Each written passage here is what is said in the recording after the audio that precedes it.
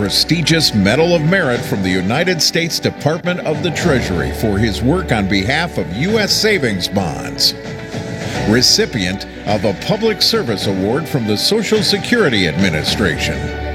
Founder of the National Payroll Week and steered it to be an industry-wide public awareness campaign to help educate professionals on U.S. payroll. Please put your hands together for Dan Maddox, Executive Director of the American Payroll Association. What I'm going to talk about today is the fun side of payroll, a little frivolous topic. Fun is really, it applies to everything, not just payroll. It's just really a fun state of mind.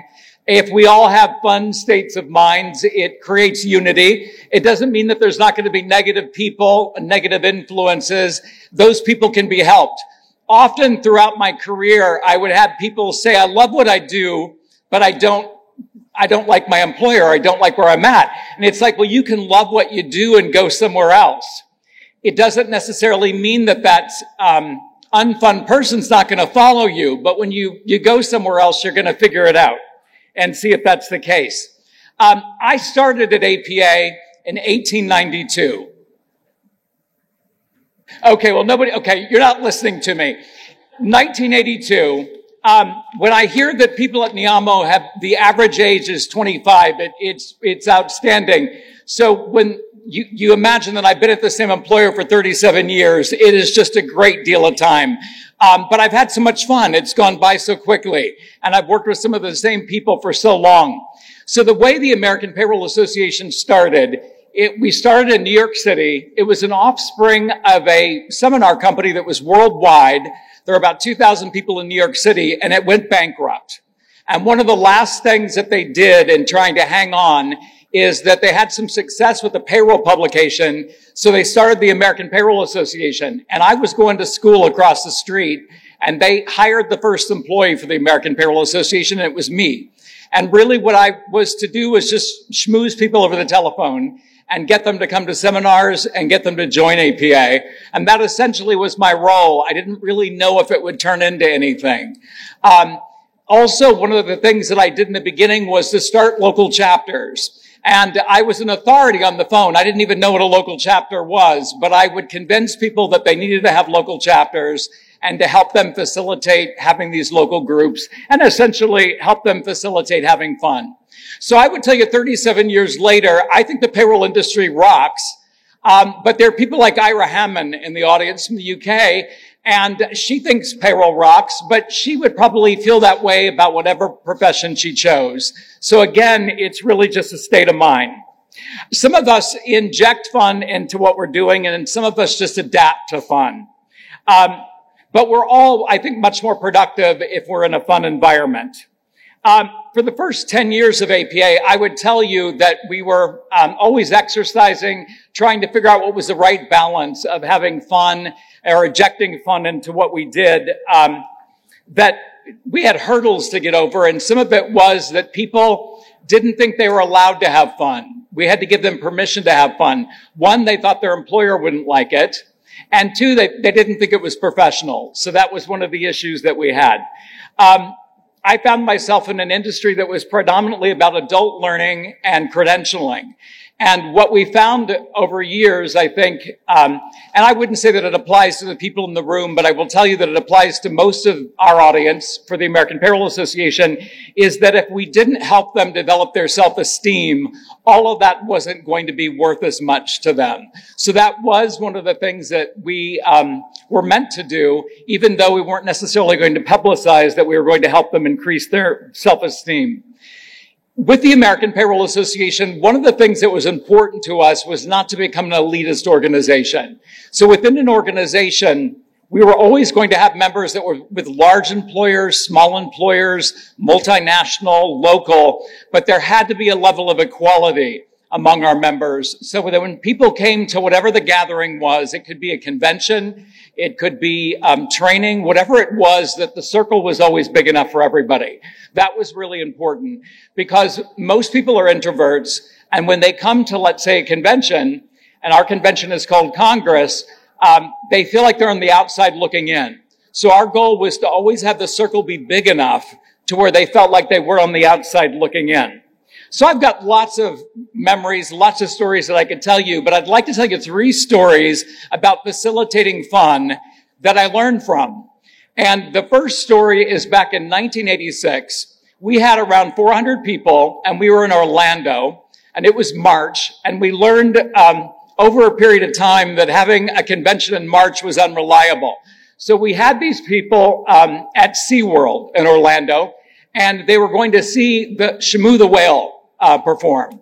And they were in an outside auditorium, and unbeknownst to us, one of our board members canceled the Shamu show, but failed to tell us.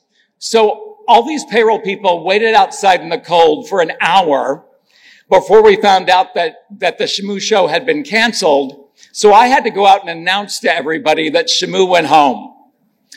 Shamu was there, but the trainers had went home, so I had to go out and announce it to people that they had sat in the hour for an hour in the cold for nothing. And people were upset, and they were angry, and they had to go board the buses, and it forced us to create a spontaneous party for the next night, which really allowed us to see that they didn't need Shamu the Whale to have fun. They just needed each other. Now, open bar helped, I will say, but it really allowed us to see that they didn't really need to be entertained. What they really wanted to do was have fun with each other.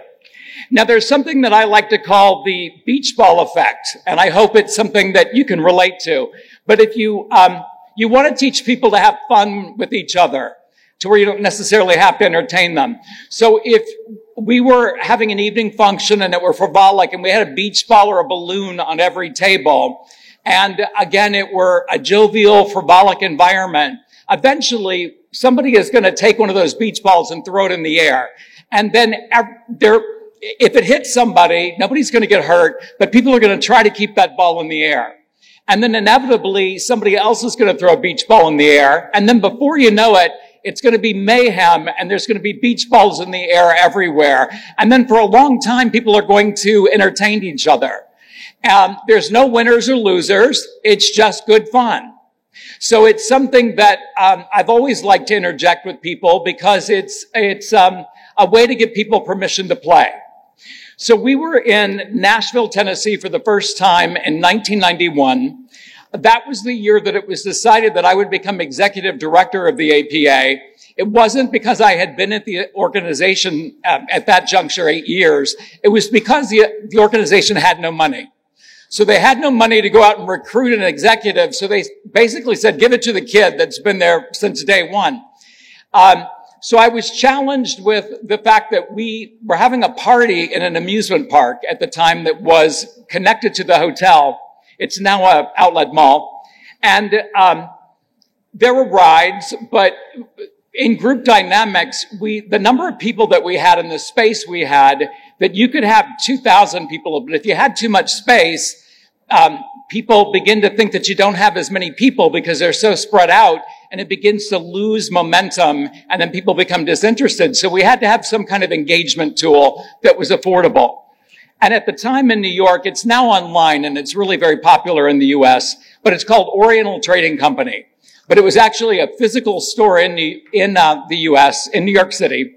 And I went to Oriental Trading Company trying to find something that would be an engagement tool for these people. And I found water guns, rather large water guns, and thought this would be fun. We're in the South, we're in Tennessee, we could give everybody a water pistol. And there were people that were very judgy, saying that it would all go wrong, it was a bad idea. But we hired people to fill up the water pistols, and then we hired these big beefy cowboys to hand out water pistols when people came in, and had these big signs that said loaded guns. And we did tell people ahead of time that they could possibly get wet on some of the rides, so they came dressed for it. People weren't sure what to do with the water pistols, I have to say. The evening went on, and from my recollection, it was a couple of older women sitting on a bench in the amusement park that decided to squirt first. And once they squirted, people squirted back. And then it all just became mayhem. And then all night, people didn't ride any of the amusement park rides. They just ran back and forth to the toilets and filled up their water pistols.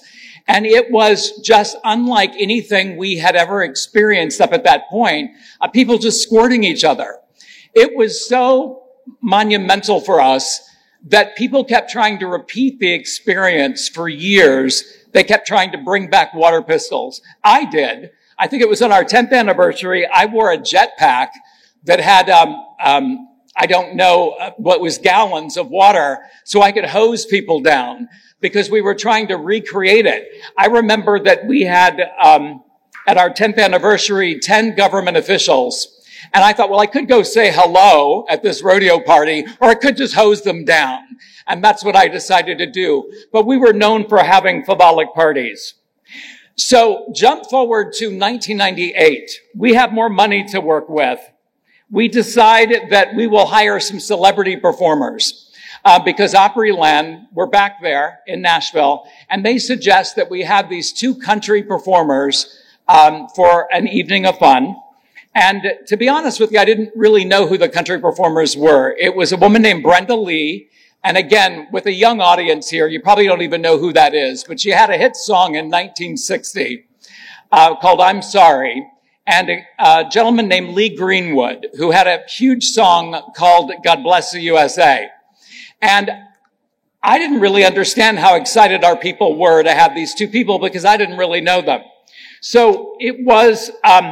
we had certain factors that I was 16 years into my career and I thought I understood how to facilitate fun, but I didn't understand 3 factors. We had celebrity performers, we had open seating, and we had a buffet.